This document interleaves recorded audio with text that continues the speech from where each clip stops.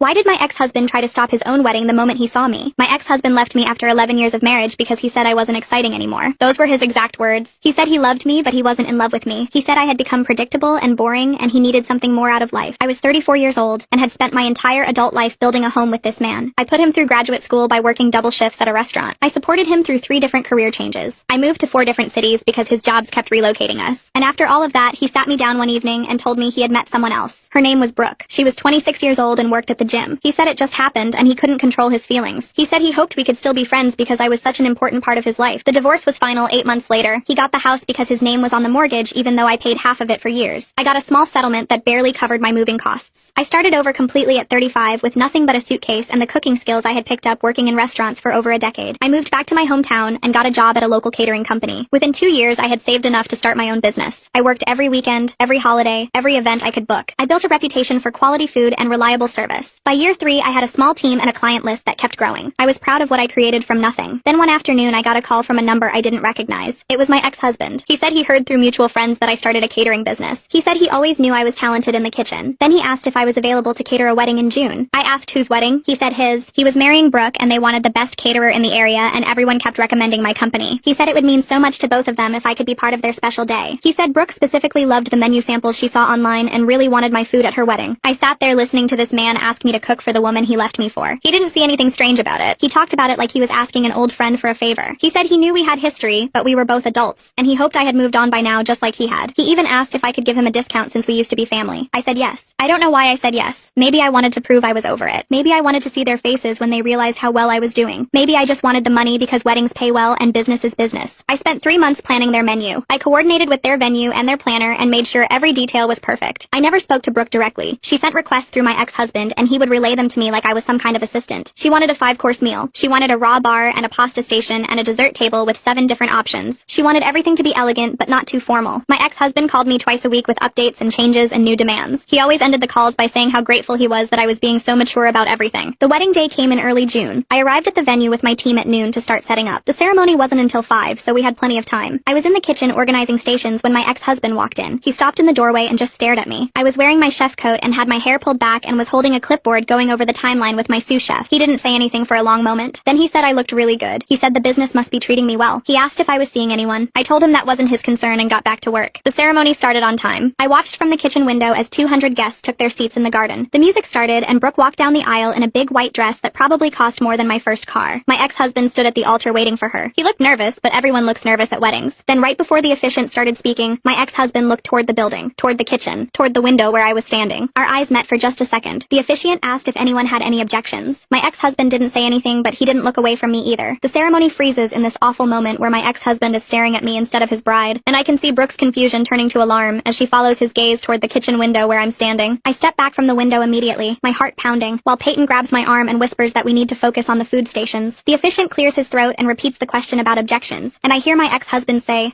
before trailing off into silence that makes 200 guests shift uncomfortably in their seats. Through the kitchen side door I can see Grayson, the best man, lean in to whisper something urgent while Brooke's face goes pale under her makeup. I force myself to turn away from the ceremony chaos and focus on the pasta station setup, but my hands are shaking so badly that Peyton takes the serving spoons from me and tells me to check on the dessert table instead. The ceremony music has stopped completely, and I can hear confused murmuring from the guests drifting through the open windows. I walk to the far end of the kitchen where the dessert table is set up, counting the 7 different options we prepared, making sure each one is positioned correctly. My hands won't stop shaking. I pick up a serving knife and put it down 3 times because I can't get it straight. Peyton appears beside me and takes the knife gently, setting it in place herself. She doesn't say anything, but her eyes are worried. Lena, the wedding planner, bursts into the kitchen looking frantic, asking if we can delay the cocktail hour because there's a situation with the ceremony that needs a few minutes to resolve. I tell her we can hold the hot appetizers, but the cold items are already plated, and the timing will be off if we wait too long. She nods quickly and disappears back outside. I can hear voices rising in the garden, not quite shouting, but loud enough to carry through the walls. 10 minutes pass with no ceremony conclusion, and through the window I watch guests starting to stand up and mill around awkwardly, while Brooke and my ex-husband have what looks like an intense whispered argument near the altar. Nora, the maid of honor, has her arm around Brooke while Grayson is physically positioned between my ex-husband and the aisle like he's preventing an escape. The photographer has stopped taking pictures and is standing off to the side looking confused. Some guests are checking their phones.